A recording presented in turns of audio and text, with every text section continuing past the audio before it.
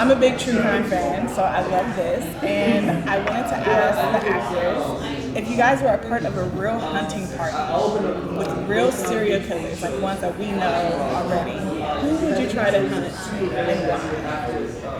Who would we try and try to what? Sorry. Hunt and why? Like you, not your characters. You two as individuals. The serial killers that we know, and the ones we don't know about. So. There's definitely like levels to this answer, because it would be like, what would be the ones that would be the most fun, and what are the ones that I like would want to take down the most, like despise the most. Nick was telling me about a serial killer like 10 minutes ago called the Toy Box Killer. Yeah, that's what he said. That's his answer. Yeah. I would love to hunt that motherfucker down. Like I'm telling you, sorry, but yeah, that guy's. We got a word in Australia. Starts with C, rhymes with punt. We use it a lot, but yeah, he kind of personifies that. Yeah, I would probably be going for that guy. Surprisingly, there is no documentary, or a lot of people don't know about him, but I know about him, so I'm a big fan. I know about him now. Like truly horrific. Like I kind of wish I didn't know about him, but I think there is. I looked up. There is one doco on it. His name's like David Pearson or something. I'm going now on this guy. Are there any Australian serial killers? Oh, are you kidding me? Yeah. I'm from New Zealand, so I can say this about Australia, but it was colonized by convicts. Yeah. So like Ireland and like the Brits and whatever just sent all their prisoners to penitentiaries or whatever on Australia. So yeah, there's some bad people in Australia. There's like there's so many unsolved crimes. Yeah, there's some bad people. Yeah. Okay. Do you have a serial killer you would have done? Could they already been caught? Yeah. My friend's mom actually almost got abducted by Ted Bundy. Wow. Yeah, and she said, because he asked her to come to the van or whatever, this guy like lost some, or you asked for directions, anyways.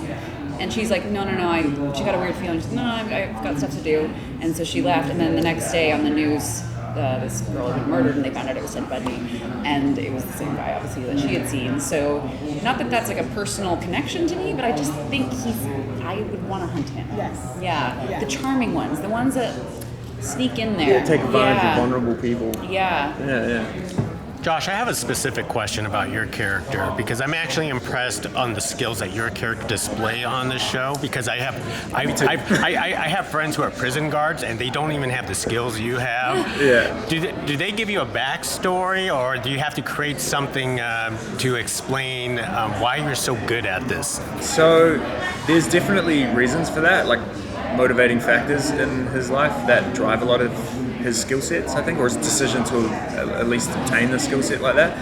JJ and Jake did a great job of coming up with this character's backstory. I think his story arc was one of the first ones they fleshed out, because his backstory, without giving anything away, is very integral to the overarching conspiracy, the underpinning conspiracy, I should say. And so we kind of took that, and then I went away, did my own research on military people who work in military prisons, specifically Bagram and all that kind of stuff, and tried to piece together a skill set based on the soldiers that would work there. I worked very closely with an ex-Canadian Special Forces guy for like gun training, and to ask him questions. It's like, what skills would I pick up as this specific rank of military person in America? So like the tracking and all that kind of stuff were things that people in his position would have been trained on just for those areas.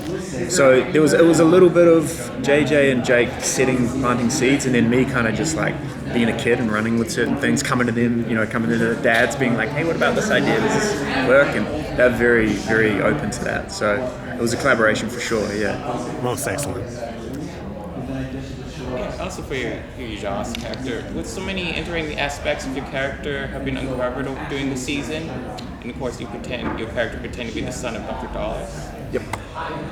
With the recent video session tapes, is there a dark or manipulated past which he cannot remember?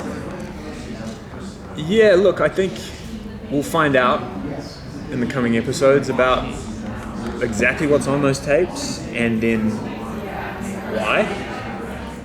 So there's definitely some, I want to say, objectively dark things going on.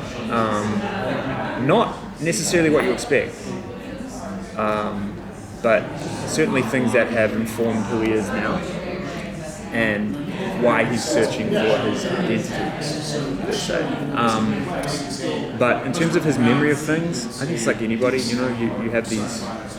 I talk to a lot of people who have had like quite severe trauma in their lives, and their memory is always kind of, you know, like Oliver Sacks, like I don't know what his title is, but he talks a lot about memory and how imagination is also creation, and memory is also creation, I should say. So there's all this weird stretching and compressing of his childhood, which I think is why he wants these clear answers. Because he was, you know. But you were taken young, so it's not like you grew up and then got taken. And, No. Yeah, I mean, this is from birth. You know, he's been effectively out of his real environment. You know, his real biological parents. So, and he didn't know that for a long time. And I think that, you know, I've got people very close to me who found out in their 20s that their parents aren't their parents. And it reframes their entire life up to that point. So there's a lot of rewriting history that's going on. It's very opaque. Anyway, that's a long-winded answer, but I hope there's something in there. Oh yeah, you're good. Yeah, Thank you so much. Cool. I have another question for both of you. There are so many shows, crime shows that catch criminals. In you guys' opinion, how does this show stand out? And then how do you make your characters stand out from the other shows that are on? Because I just found out about the show and I've been binging it and I love it. And I have my theory on why it stands out, but I want to hear from your perspective. Okay. I think to go into it being like, how do I make a character stand out feels way too daunting. So I think I just kind of I tried to go into it playing. You know, this is someone who's fascinated by these people, but at the same time has such a personal connection to it, not only through her daughter, but also through like what she went through growing up. And so it's all she can think about and do. And it fascinates her and sickens her at the same time. And so just playing with the different killers and which ones sicken her and which ones fascinate her. And like I think with Brenda, she was very like, this is riveting in a way, whereas some of the other ones were a bit more like, I gotta stop this. And as far as this show standing out, I just think that like the overarching storyline of Hit is unique and hasn't been done before in that way. So I think that's my theory. Yeah, I mean, I know the network and the creators all had the things that they thought were going to elevate the show and make it, you know, make people hooked or whatever. So you got like the conspiracy, the killers, all that kind of stuff. But in terms of the things that we can control, I guess, as actors, it's, for me anyway, going into it and going, this is a procedural, they've got all these cool things they're going to hook people in.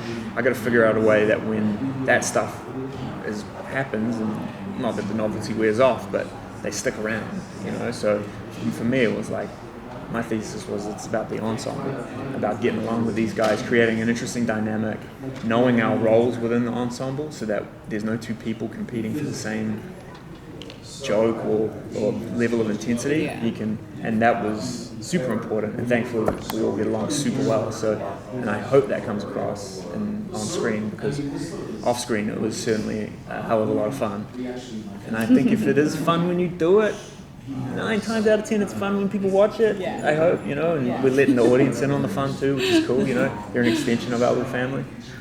Yeah. We want to know what your theories are It now. was the pit. Yeah, the Was it pit. pit? It was. It's cool. It is cool. It's super unique, and like I was a big Prison Break fan. Yes. So to like add the extra layer of these people are being experimented on, why, who started it, why are they starting it, you know? Yeah, it changes them. Because Yeah. you go in there with like, okay, these are who they were. Yeah. Then they got something that happened to them, and now they're gonna like come back. They get a chance to kind of like wreak revenge. Right. And you guys have to catch them. So I Right. thought it was a good aspect as well. Yeah. Yeah. All right, thank you.